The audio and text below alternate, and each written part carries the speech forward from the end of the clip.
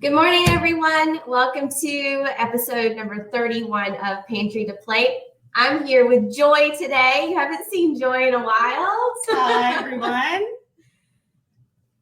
It is National Nutrition Month, and we are excited to talk to you about some ways to incorporate the theme into your home. So Joy's going to talk to us about that a little bit. Yeah, our theme this year is Fuel for the Future. And it's all about sustainability and how the food system is related to the health of the planet and to the health of us. And actually, food banks are a big part of this whole food system and rescuing food. So food banks, of course, we help solve the problem of hunger in our community. And we also help to solve the problem of lots of food that goes to waste. So all of the food, or a lot of the food that we bring into our warehouse are things that would normally go wasted, whether it's, vegetables in the field or food that wasn't purchased at the grocery store or, all kinds of things that is perfectly wonderful, but is just not being used for whatever reason. And so we're able to collect that food and give it away to people who need it, which is fantastic. So our whole food bank system and the Feeding America network of food banks is part of this wonderful sustainability. There's also a couple of other things that can really make a big difference in helping with the sustainability of our food system.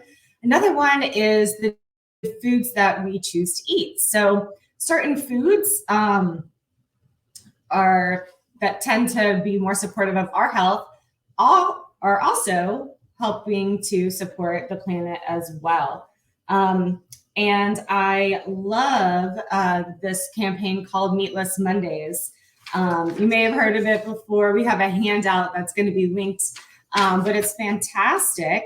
And so one of the things that we know is that replacing some of the meat and animal-based foods that we eat with plant-based foods can offer numerous benefits for our health, such as decreasing our saturated fat intake and cholesterol intake and things like that. So we all knew vegetables are good for us. Here's one more reason why they're good for us and good for the planet.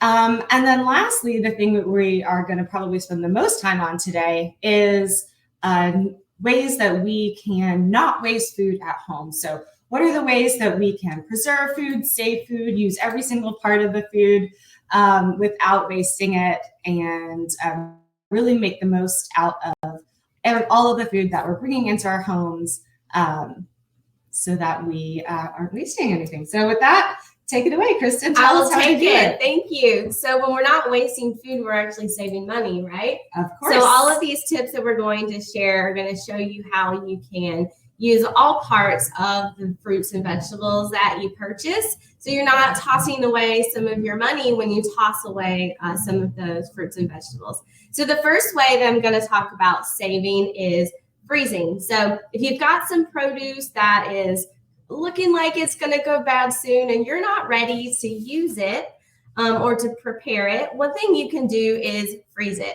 So first thing you need to do when you're going to freeze fruits and vegetables is you need to blanch it so it will retain its texture and its color.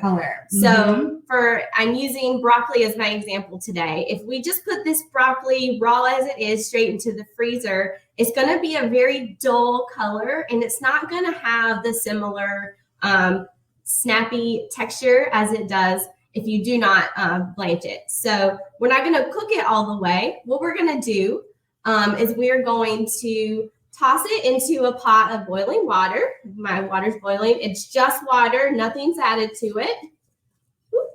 There we go. You're going to let it just hang out in there for no more than 3 minutes. And you can see immediately that it turns super bright green, and that's exactly what you want it to do. I love that bright green color. It's so pretty. It's like a magic trick. It's like a magic trick. So this broccoli is not going to be cooked all the way. So when you unfreeze it, it's going to still have a really great texture, which is similar to how they do in the grocery store if you were to buy things frozen that way. Yeah. I also love to pro tip, I always love to blanch broccoli if I'm doing like serving broccoli, like for like veggies and dip or something. Yeah. I think it just makes the flavor and the texture, not to mention the color, just so much better. Yes. So now I'm taking it out of the boiling water and putting it into some ice water. So what that does is stops the cooking. So it's not going to continue to cook and get more soft. So we're going to stop that cooking. And then after that, you might have to do it in batches. And then once you are finished with the blanching step and the cooling down, you're going to drain off the broccoli from, or whatever your vegetable is, from the ice water. And you're going to let it dry pretty well. So one way you can do that is lay it out on a towel, a kitchen towel, or you can just let it hang out in your strainer and give it a toss every so often while you're in the kitchen. So when you put it in the freezer, it's not going to have like ice crystals on it. Yeah. And it's also totally fine if it does. It's not going to make it bad, right? Yeah, it's not going to make it bad. And then it's a good idea to use it within like 6 months time after you put it in the freezer. And this is a really great way to preserve your food. Kristen, what kinds of things would you blanch? Like I know sometimes I'll freeze berries that are about to go bad and use them later in a smoothie, but I don't blanch those. So which ones do we need to blanch? So the rule of thumb is like you're not going to blanch root vegetables. So any other vegetable that grows above the ground is pretty fair game for blanching. But also consider things that are super soft, things like yellow squash or zucchini. You don't need to blanch those because they have a really high water content. So that's the kind of your rules. So if it grows under the ground, like potatoes, you don't need to blanch them, but you should freeze them already cooked. Okay. We have a really great resource to share at the end. We'll drop the link at the bottom of the screen. And Joy and I were digging into it yesterday. Going down this whole rabbit hole. It was great. It just has all of the different types of foods and categories, and you click it and it tells you how to freeze it, how to thaw it out, how to use it, how to store it, how to buy it, all of the different ways to help you save food and money in your house. Love it. There it is, www.savethefood.com. Really great resource. So the next thing I'm going to show you how to freeze is fruit, which I'm not going to physically show you, but a really good idea is to use big Ziploc bags if you have that, and then to freeze it flat. So originally, say if you have strawberries, the recommendation would be to cut them up and then freeze them on a tray like this. And then once they're frozen, you take them out and you put them in the bag. So if you have a small enough batch, Joy just taught me this. If you have a small enough batch, you can go ahead and put the original amount in the bag and then freeze the bag. So you don't have to do the second step. Right. And just make sure that you put the bag flat like this. So that the goal is that everything, you want to show with the broccoli? We can just put a couple of broccoli in there. We can show, essentially, you don't want them to be touching because if they are touching and then they freeze, that's when they like create a big block of like broccoli ice cubes. And that's fine for some things, but not for all things. Like if you want to make a smoothie and you've got bananas in there, you want to be able to take the amount you want instead of thawing out the whole batch. Exactly. Yeah. It's a little steamy in there, but basically just and then be a little piecey like that and separated. Yeah, that's how I like to do my bananas at home whenever I have those couple left over from the bunch that I didn't quite get to in time.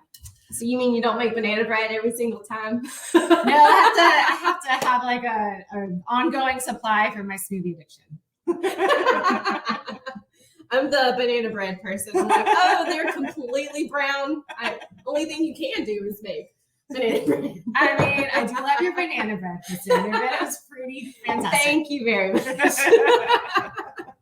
So now I'm going to pass it over to Joy, and she's going to show us how you can grow some different types of vegetables in your house from scraps. I love doing this. I love gardening. It's one of my favorite things about life.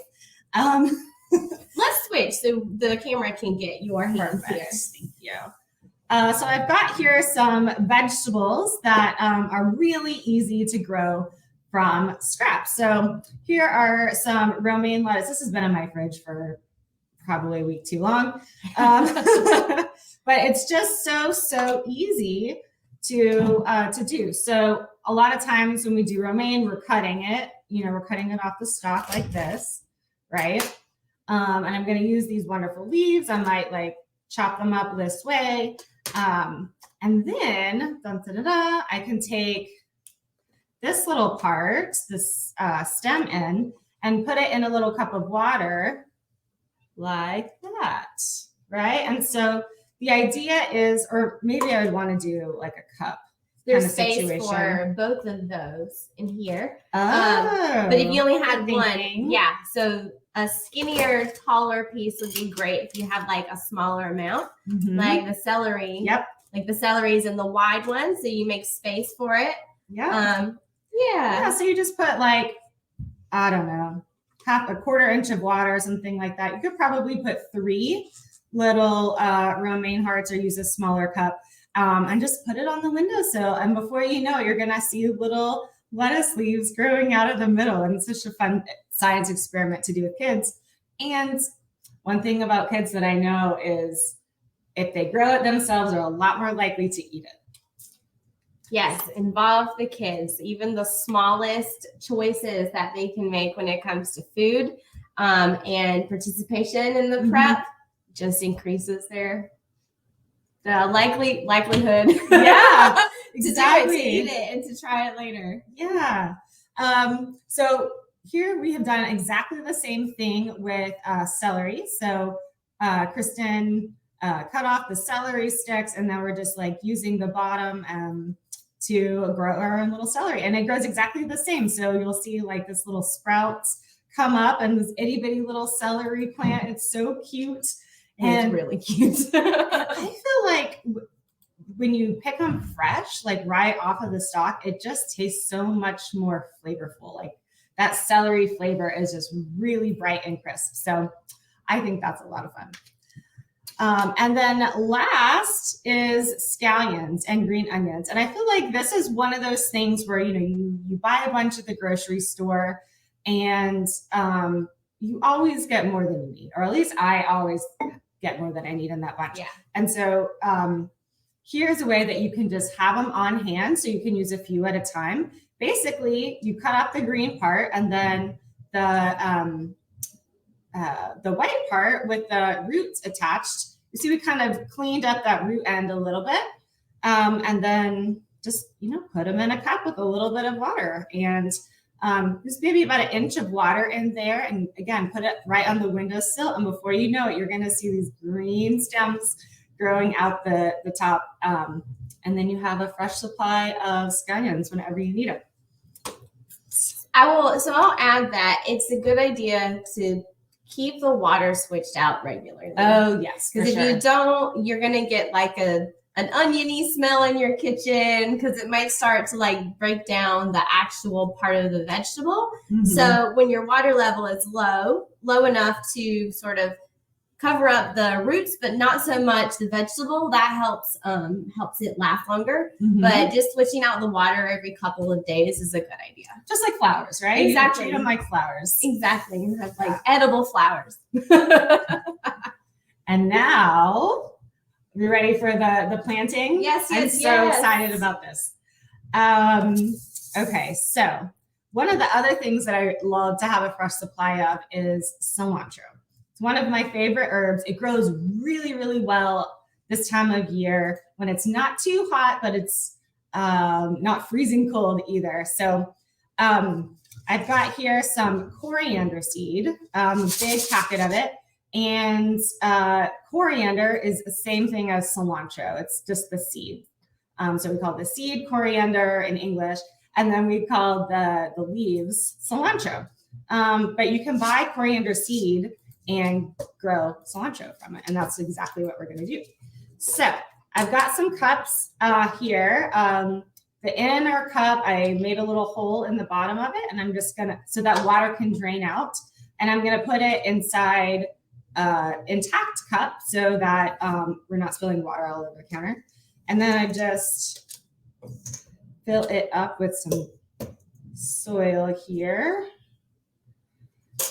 And I'm gonna put a couple of these little seeds in the top. Actually, I can do this. Yeah, you can see that really well. And spread them out, and then just lightly cover.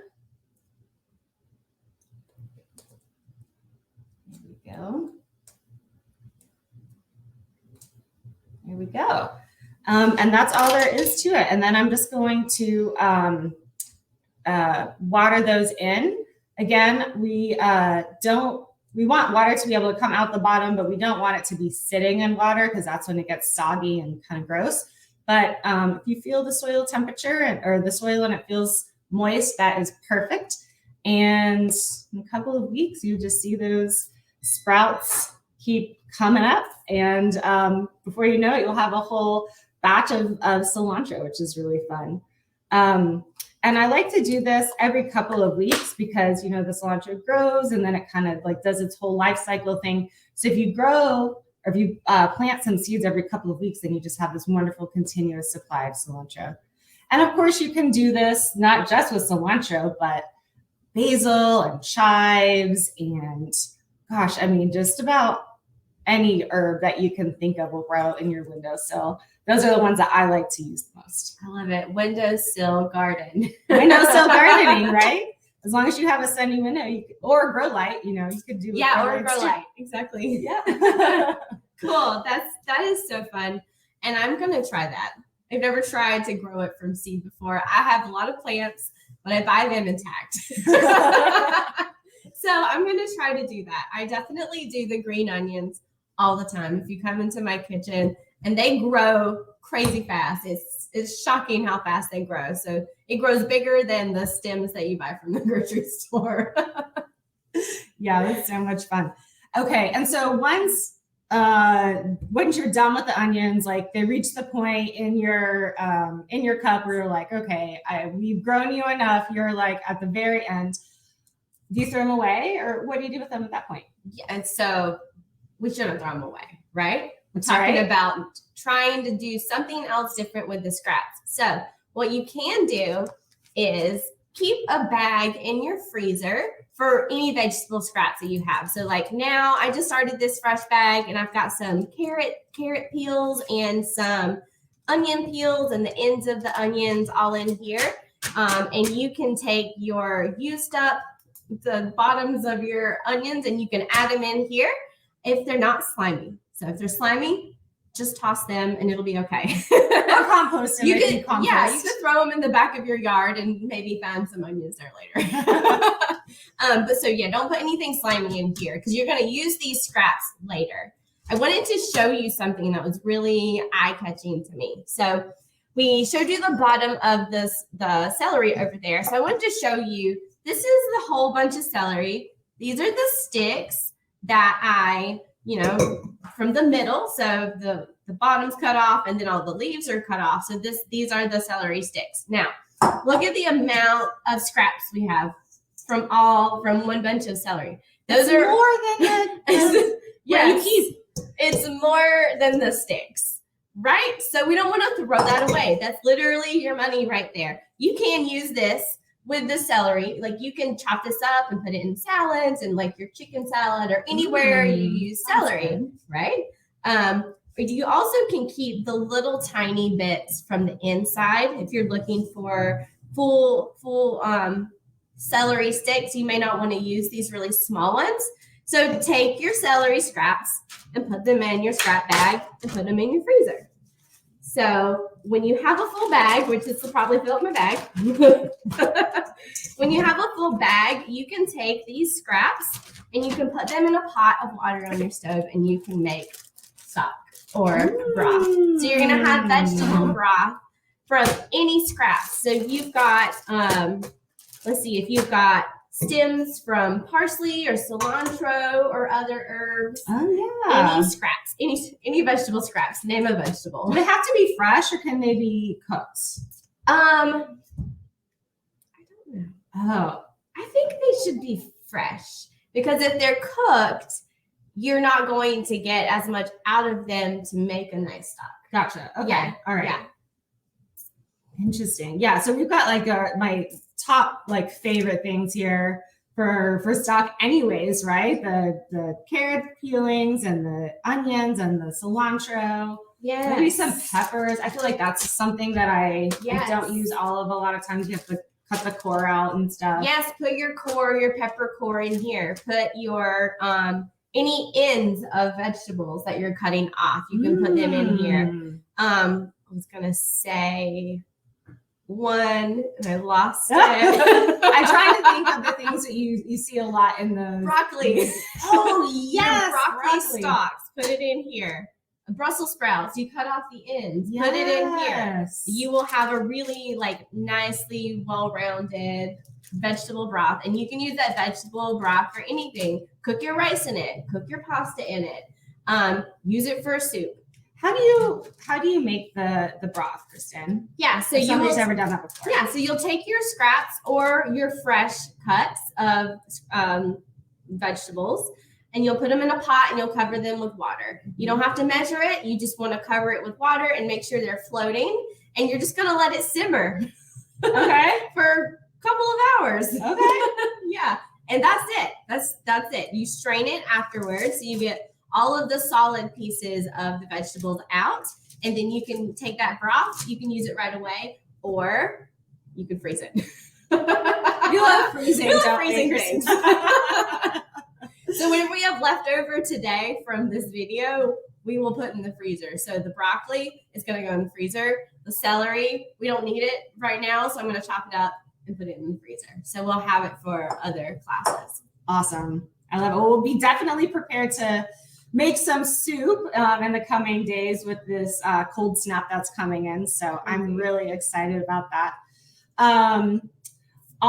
There's some other ways to revive food that might go a little bit wilty. So Kristen talked about, kind of alluded to this before, but there's a lot of ways that if your food is just kind of like gone a little bit bad, you can revive them. And one of the favorite things to do, especially with celery, because you know how it gets kind of droopy and sad, and the best part about celery is that it's like crunchy and crispy, right? So just putting it in an ice bath. So fill a big bowl with your celery and then cover it with ice and a little bit of water, put it in the fridge for an hour, and your celery will be perfect. And actually, I like to do this like if I'm serving a crudité platter, like raw veggies and dip. I like to do that with my veggies anyway, just to like crisp them up and make them really nice and crunchy. Yeah, to make them as crunchy as possible, because that's what you're looking for when you eat them raw like that. What other vegetables can you put in an ice bath? Oh my gosh.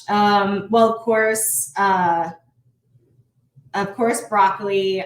Definitely have done it with lettuce and kale and collards. Yes, that's probably the dark leafy greens. If they are limp and sad, put them in the ice water and they will perk up, and you could pick it up and have a solid stem of collard greens. It's amazing. It's almost like a science experiment, you know.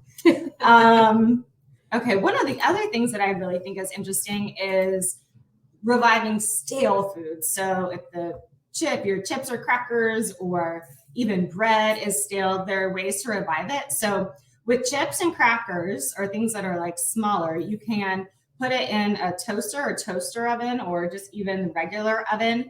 And it just crisps them right up, because what makes them stale is the moisture that is getting soaked into them. So basically you're just cooking off that moisture and they're fantastic. Another thing you could do is with bread. I just forget that it was even bread. I just put it in the toaster and now it's toast. It doesn't matter if I don't need it to be soft. We'll serve it as toast or turn it into croutons or something along those lines. Croutons, breadcrumbs. Oh, yes. Oh, yes, this tip. So Joy's friend was telling her about using the edges of bread. Oh, so yes. Thank you, Kara. Shout out to Kara Jones for this.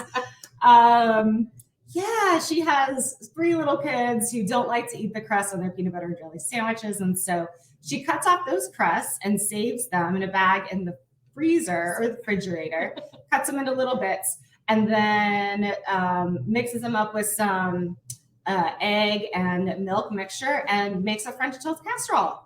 Isn't that brilliant? And everyone, of course, loves it. So I thought that was really so smart. I mean, French toast is my favorite breakfast food. So I love that idea as well. Kristen, another thing we were talking about is salty. Like what about if you're making this stock or the soup and it gets too salty? Is there a way to Yes, this is so cool. Yes, so potatoes are going to be your solution to your food that's too salty. Okay. So the potato, when it's peeled, the flesh absorbs salt. So what you can do is put that peeled potato into your pot of soup and cook it for a little bit, and it's going to absorb some of the salt.